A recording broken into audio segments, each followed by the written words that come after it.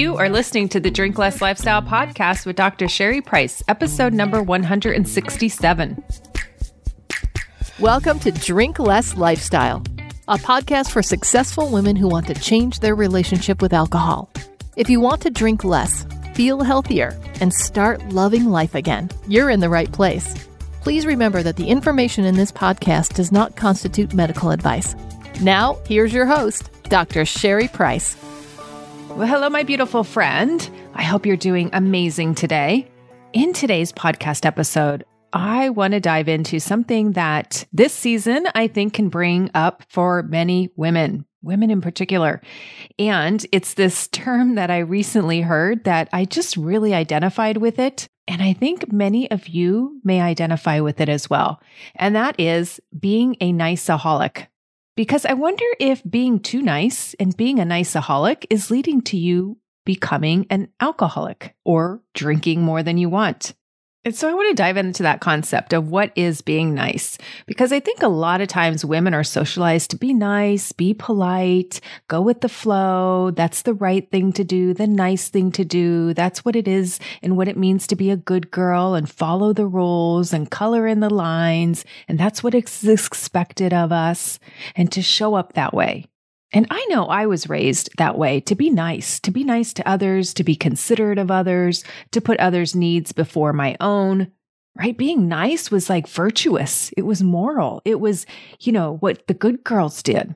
And so I really want to peel back being nice and seeing if being overly nice or a nice-o-holic, right, leads to us wanting to break out of that and get relief through alcohol. So being nice is defined as monitoring yourself to make sure that you come across in a pleasing manner to others and that you don't offend anyone. It's making sure others like you and they really don't have a reason to have negative feelings towards you. So in your presence, no one gets upset, no one's confused, no one's bored, no one's irritated or sad or hurt or angry or even fearful, because you're so nice that you're always pleasing to them and worrying about their feelings that you actually take on the management of other people's feelings. How does that resonate with some of you?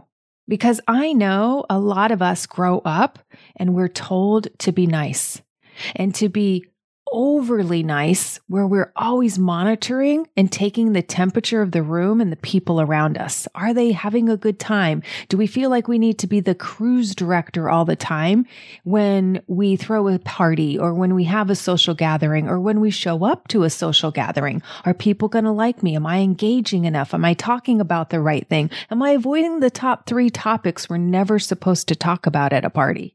Right? We have all these rules about how we're supposed to show up in order to be nice, in order to be good, in order to be liked. And really at its core, being nice is about being liked by others and making sure everything is running smoothly for everyone else. And I think that's a key part of that statement, for everyone else. Because notice, it doesn't mean that you're feeling peaceful and not angry and calm inside. It's making sure others feel that way, despite how you may feel. You may be like, oh my gosh, I don't want to be doing this, or why are they throwing a temper tantrum, or how am I going to make sure somebody's not bored, right? It's taking on too much responsibility for how other people feel. So I'm going to refer to that as being overly responsible.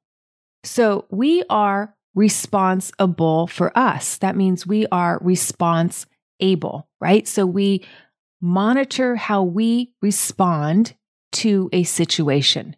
And I talked in the past about being reactionary versus being responsive, right? So it's our role as an adult to become responsible. If we're in a situation, we get to choose that response. Right? Do we panic? Do we run? Do we cry for help? Do we call 911? Or do we remain calm? Right? So it is really controlling our response to a certain situation. When we are overly responsible, now we are taking not only our response, but worrying about how other people feel when they're around us. So taking on their emotional drama or their emotional baggage and making it our responsibility. And maybe just taking on their emotions, right? It could be even the happy emotions. And so being a nice-o-holic or overly nice, right, means that you don't want to ruffle any feathers. You don't want to create any discomfort because it's all about people liking you and getting their approval and making sure that everything is just going to be fine and great. But is that really what happens? When you are overly nice, when you're a nice-o-holic, do you feel that your life is fine and great? Or maybe you just feel it's fine, right? It's fine, it's fine, it's fine, it's fine. And a lot of times when you just keep saying it's fine, it's really not fine. It's that you just don't want to feel the emotions deep down. So you just keep telling yourself it's fine. And fine, right, can be a very uncomfortable place to be because it doesn't feel good. And you're not allowing yourself for it to feel bad. So you become in this place where you're kind of in robotic mode and you're just going through the motions. And I bring this up at this time of year because I think a lot of us feel that we need to be overly nice. We need to say yes to all the people that want to spend time with us and yes to all the people that want to do the things that we may not agree with. Maybe we don't agree with the gift exchange. Maybe we don't agree with how much money we're spending on gifts or presents or how we're spending our time and how we're allocating our time. Or maybe we don't agree to all the activities, but yet we're still saying yes to all of it. Because ultimately, we want to smooth the waters. We don't want anybody's ruffled feathers. We don't want anybody to get upset. We just want things to be fine and smooth. And so when things are fine for everybody else, and we're just grinning and getting by, underneath it all, we're grating our teeth going, I don't really want to be doing this. This is agony. But we tell everybody else around us it's fine and keep going. Does that lead you to want to overdrink or even drink to begin with? And when you are overly nice or a nice-o-holic, right, it means you care about other people's feelings above your own. And when you care about other people's feelings above your own and nobody's paying attention to your feelings, not even you, and maybe people don't even know how you feel because you're not showing it, oftentimes we feel stepped on, mistreated, taken for granted. Nobody cares about us. We're not getting the validation that we want.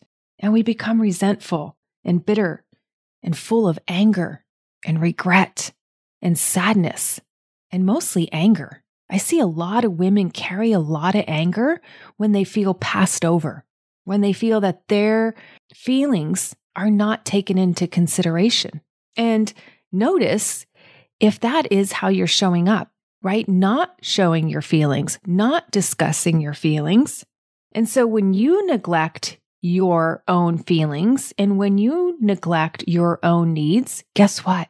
So will everybody else. Because you're not putting them on display for other people to notice or other people to get to know the real you. And here's another thing that happens when you try to control the feelings of maybe your parents or your kids, and when they're disappointed or when they're angry about something or they're not happy, is that when you swoop in and take over and solve those feelings for them, when you give them options to make them feel better, notice that you take away that ability for them to do that for themselves. And over time, then they become reliant, and I'll even use the word dependent upon you to solve their problems. I see that happen a lot in my life. I've seen it happen a lot in other women's life that I coach, right? They get so good at managing other people's problems, other people's stress, other people's things going on, and they solve it for them. So they become the helpline to say, hey, I have a problem here. And they get drug into these situations that they really shouldn't be in. So when we make our kids dependent on us because we swoop in and comfort them too much or solve their problems too much, we can do this for adults as well, our partners, right? They become reliant on us and they wind up giving us their emotional baggage to solve. So again, I call this over responsibility. And how does it feel when you have so much responsibility? You have your emotions to take care of and your actions that you want to control. And then you're trying to control other people's emotions and other people's actions. And then something else happens and then something else happens. And you're taking on the burden of all these people. And it feels like it's a lot. It's a lot of stress. It's a lot of mental energy. It's a lot of mental anguish. And one way to feel relief is to turn to food and alcohol. The chips, the ice cream, the cookies, the cakes, the overindulgences, and oh my goodness, I haven't had this since last year, and the peppermint bark and whatever else calls your name, just so you can feel relief and feel good in the moment. So when you feel over-responsible, right, just note that can feel like pain and stress in your body. And the body doesn't want to feel pain, and the body doesn't want to feel stressed out all the time. It can handle short periods of stress, but it can't handle chronic stress. And so your body's going to send up signals to say, hey, let's end this stress, or let's end this pain. And so your brain is then going to be searching for ways to end pain and end the stress.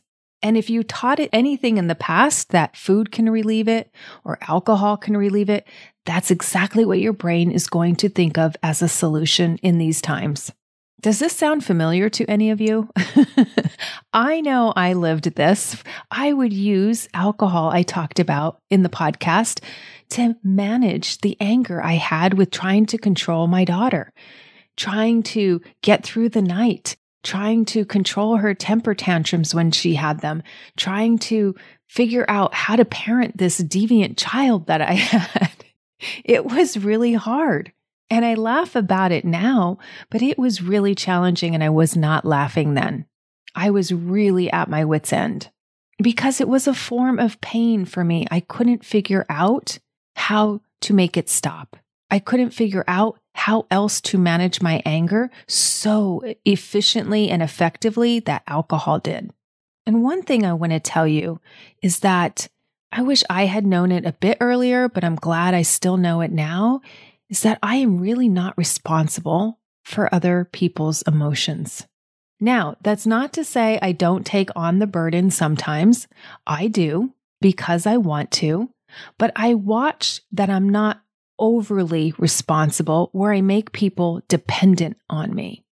And I think it's really important that we remind ourselves, and depending on the person, we can remind them that we are not responsible for their emotions, depending on the relationship.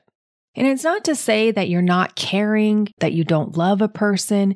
It's just you can show concern for somebody when they're hurting or when they're angry or when they have a problem that they want solved. You can still show concern without being and taking on their responsibility to solve it, right? You could still be supportive.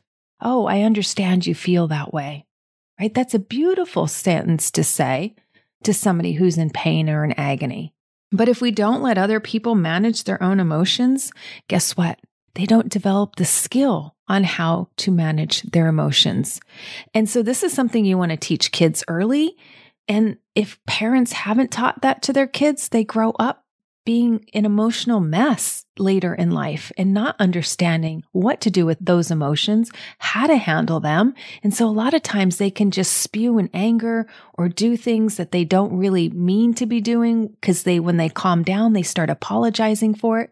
And that was how I handled my anger, right? I would say things I didn't mean. My wrath was awful. And so the wake that I left after one of those spats was just terrible. And so I didn't want to continue to act that way and continue to dump on other people. I wanted to learn how to become more response-able in those moments without turning to alcohol to soothe me. And you'll notice if you are in these relationships where you are overly responsible or a nice-o-holic, because you will feel pain in this relationship, right? This relationship, you will feel that you have to walk on eggshells. That's a common terminology that I'll hear from my clients, and that they feel that their brain gets all tied up with how to say something, when to say something, what exactly to say, because if I phrase it this way or I phrase it that way, they're going to fly off the handle, or they're not going to hear me, or I feel like I'm just going to be talking to the wall. And where do I say it? Do I say it after work, before work, with the kids around, not with the kids around? I mean, there is so much mental agony and anguish caught up when you're trying to protect another person from their own feelings. And you're trying to protect them from their feelings because ultimately you want to get the best response from them, and you don't want a negative response, because if you get a negative response, maybe your inclination is just to avoid the conversation altogether. And I know a lot of us are conflict avoiders. I had been a conflict avoider for a long time until I realized that that wasn't the healthiest way to show up in a relationship. I would tell myself that, oh, now's not the time to have that conversation, or there'll be another time where it'll be really good to have that conversation when they're more open-minded. And yes, there's some truth to some timing, but I've found that there's no perfect time. There's no perfect time to start a diet. There's no perfect time to start drinking less. There's no perfect time for a difficult conversation, right? There is no perfect time. There's no perfect time to get pregnant, right? There's just no perfect time. So you pick a time. You pick a time to have the difficult conversation, and you do your best, right? Being overly nice, I will say, is not the most fun way to live. And if you are a people pleaser and overly nice or a nice-o-holic, you will probably find that you get a lot of what you want in life, but not everything that you want in life. And so a lot of people will tell me, yeah, I just thought life would be better than this, and I'm such a good person. And here's the thing, you are a good person. This is your conditioning. This is how you think you're even a great person for how much you put up with and how much you care for other people. And yes, that does make you a good person, but it doesn't make you a happy, fulfilled person. It doesn't give you the best life. It does not give you the epic life that you want. And here's what I find is that when you don't get the life that you really want and that you feel you deserve, you wind up blaming yourself for it. Because guess what? You feel overly responsible. So it's a self-fulfilling prophecy. And you begin to wonder where you went wrong and why people aren't treating you the way you want to be treated, or they don't see that you just need to be acknowledged, or they're not doing things for you. And so you begin to feel empty and resentful inside. So you drink, and it just turns out into be a big mess and a bigger mess and a bigger mess. And I've heard some women say, it's just a hot mess, because I've seen marriages crumble over this.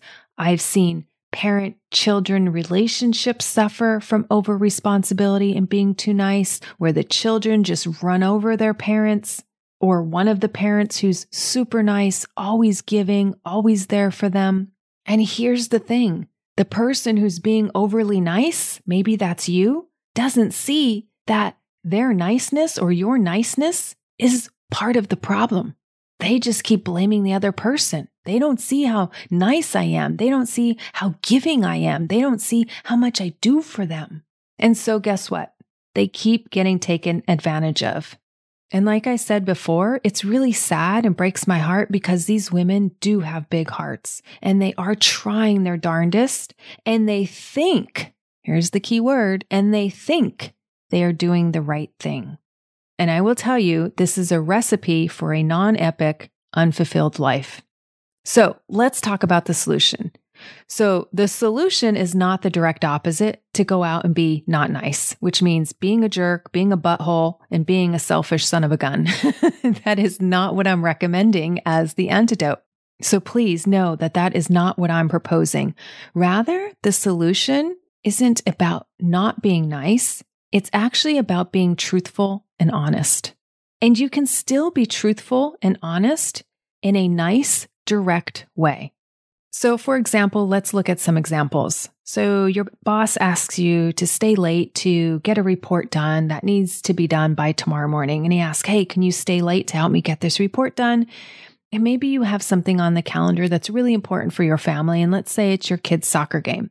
And instead of being overly nice and saying, yes, I'll do that, and you understand the importance of this report, but really, instead of being overly nice, you can be direct and honest.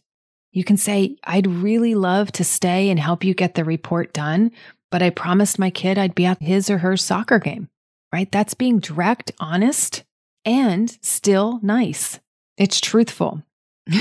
This is a true story. I'm using it as an example, but our friends came over one July. We were cooking up burgers in our backyard, and one of the guys says, hey, where's the beer to go with these great burgers? And my husband and I were not drinking. We were doing a dry July. So I said, oh, we didn't tell you? We're doing a dry July, so there's no alcohol in the house. And then I said, you can run out and grab some if you'd like. So do you see, I'm not like saying, oh, there's no alcohol. Let me go run to the store for you. I could have done that. I'm not saying there's anything wrong with it, but I was just honest and said there's no alcohol in the house and you can run out and go and get some, right? Very direct, very honest. I still think that was a very kind thing to say. However, I knew he was disappointed. He wanted a beer to go with his burger. And notice I didn't take on his disappointment. I let him deal with his disappointment however he wanted to. He could have left and ran to the store. He could have door dashed. There's so many options he could have employed at that point to solve the problem. But he just enjoyed his beer with some seltzer water. And I think it's a really beautiful thing when you can be real, authentic, and honest, particularly in your most intimate relationships, the people that you hang out with the most. Then you know those are real, authentic relationships where you can be your true self. You can feel free to show up as your true self, and that feels very safe. Trust is built very well in those types of relationships, particularly with immediate family members. And it means you're speaking up and stating your truth. I think being overly nice is a way to hide. It's a way to lie. And it's a way to stuff down what we really think and feel. And we can only bottle so much before we burst. Now, I have a lot of compassion in this area because I've had to grow so much in this area. I know many women aren't raised to speak up, to speak their truth. We were raised differently. We were told to smile, not complain, not to make a stink, go with the flow, be seen, not heard. We got a lot of these messages in society, at least the generation I grew up in and where I grew up. That may have a lot to do with it as well. And while I agree that there are times where that approach may be appropriate, I don't believe it's the path to a life that you truly love and allowing people to see the real, authentic you. In fact, being overly nice and a nice-o-holic is a recipe for a life you want to escape and drink away. And I've seen that. I've seen that in my life. I've seen that in my client's life. And I really think that's a disservice. And there's no blame, right? We could talk about how we were socialized or how we were conditioned to be a good girl or a good Catholic girl or a good Christian girl or a good Mormon girl or a good whatever religion or anything else you want to put, good Southern girl, a good Midwestern girl, right? We can add all the adjectives to it, but being polite and agreeable and always using your manners is not always the right strategy. Does that work when you meet somebody who's a master manipulator or somebody who preys on that type of person? No, it doesn't work. So I raise my daughter to make sure she speaks her truth. Maybe that is being polite, and maybe it's not, because I think there's a time for both.